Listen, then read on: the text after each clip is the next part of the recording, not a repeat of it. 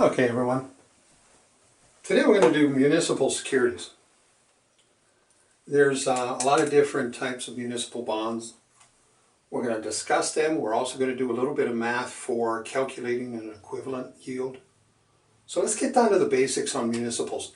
Municipals, two main types: general obligation called GOs, and revenue bonds. GOs are very simple, so are revenues. It's just the type of project that they can do with them.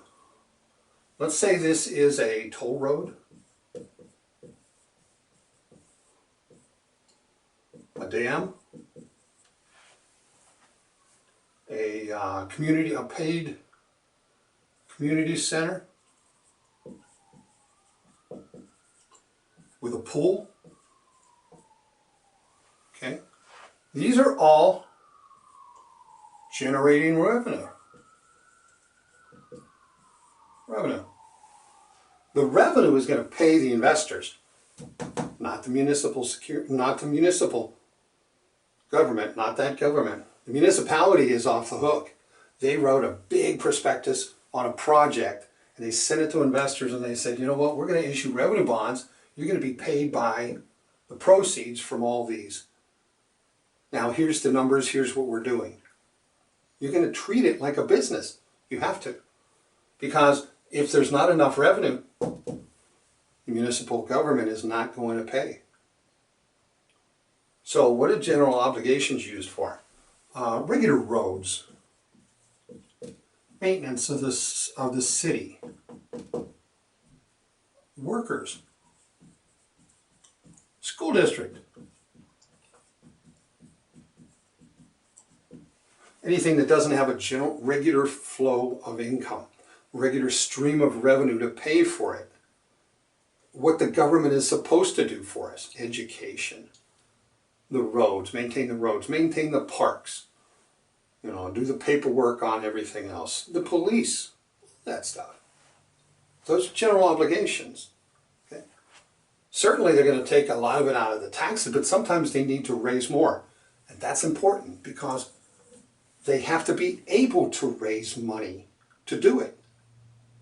They have to have their credit ceiling. There's a ceiling. Raise the debt limit. If it's the federal government, all they do is fight and whine and complain about each other and posture with the people and say, we got to raise the debt level. We got to do this. We got to do that. Well, yeah, they got to vote it. But the government votes themselves a pay raise. They vote themselves more credit to spend. Municipal governments can't do that. Cities, states, counties, they can't do it. They need your votes. They need you to vote on it. So when you go to the polls and you see to expand, to do an annex building to this school, we need to raise, we're going to issue bonds to do this. That's because they're already at their limit. They need permission to raise the limit so that they can issue general obligation bonds. Otherwise, the revenue bonds are the only thing that don't go against this ceiling because it's based on projects.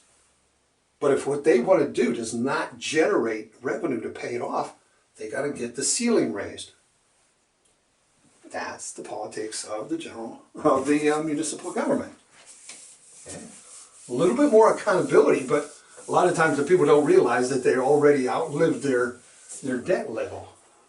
Okay, so what else do we have to learn about municipals? Let's talk about identifying municipal notes. This gets a lot of people. Municipal notes. Municipal notes, you got it, the bands, TANs, TRANs, GANs, CLNs. Suppose there's a lot more, but here's what we're going to do. Everybody seems to be intimidated, but not everybody. There's a lot of people that are intimidated and they can't keep these straight to save their mind. But let me ask you this. If you have kids, do you read them stories? Do you help them with their alphabet? Okay. Time for you to take an alphabet lesson. That's what you need to know. The letters, what do they mean? Bonds, taxes, taxes and revenue, grants, construction loans. There you go.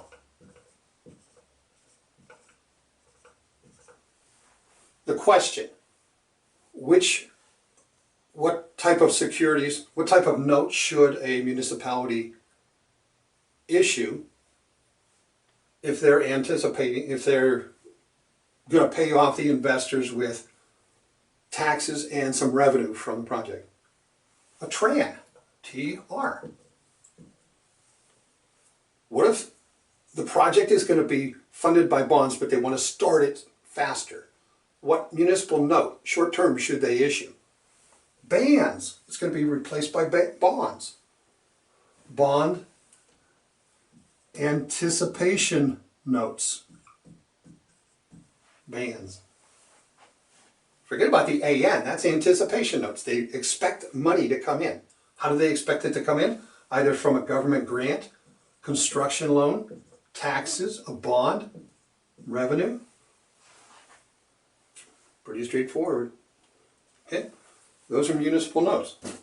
3 months to a couple years, maybe 3 years max. Okay. Now, let's talk about tax equivalent yield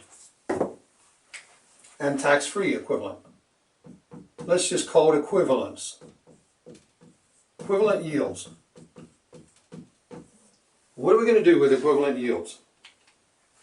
Here's what we need to do. We need to know something comparable in the taxable market to the tax-free market. That's what we're doing. So we got a municipal government muni bond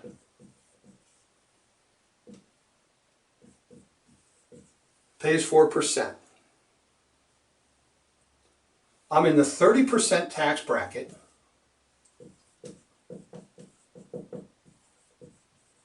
I wish. Tax bracket 30%, that's your client. They told you about a 4% bond. They say, hey, what do you got that's comparable or better? Well, what's the rating of the bond? Okay, it's a AAA bond. Or let's make it realistic and say AA bond. AA. So you want a AA in the corporate side? Yeah. Okay.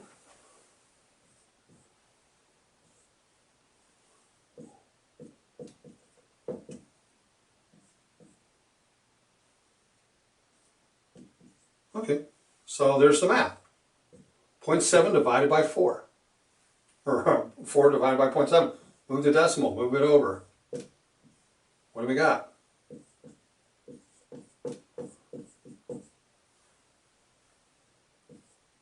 So about 5.7%.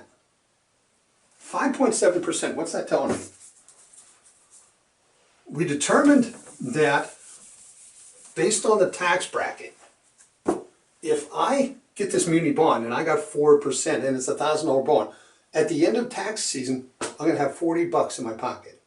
The interest ain't going to be taxed. Growth, if I have a capital gain, that would be taxed, but not the interest. But what's it compared to? 5.7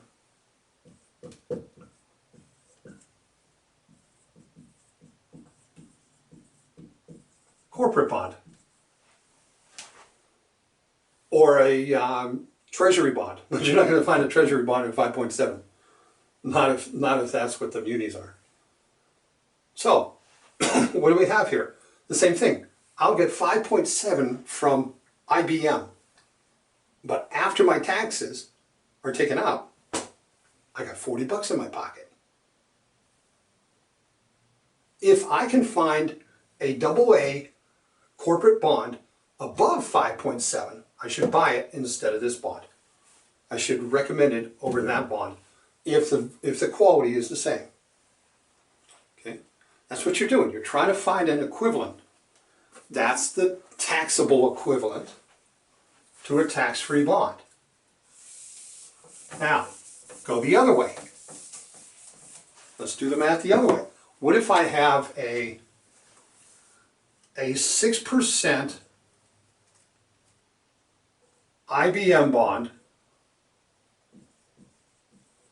and I'm in the 30% tax bracket? What's the municipal, what's the tax-free equivalent? Tax-free, okay. 1 minus the 0.3, put that in the decimal, equals 0.7, right? You learned that. Multiply it.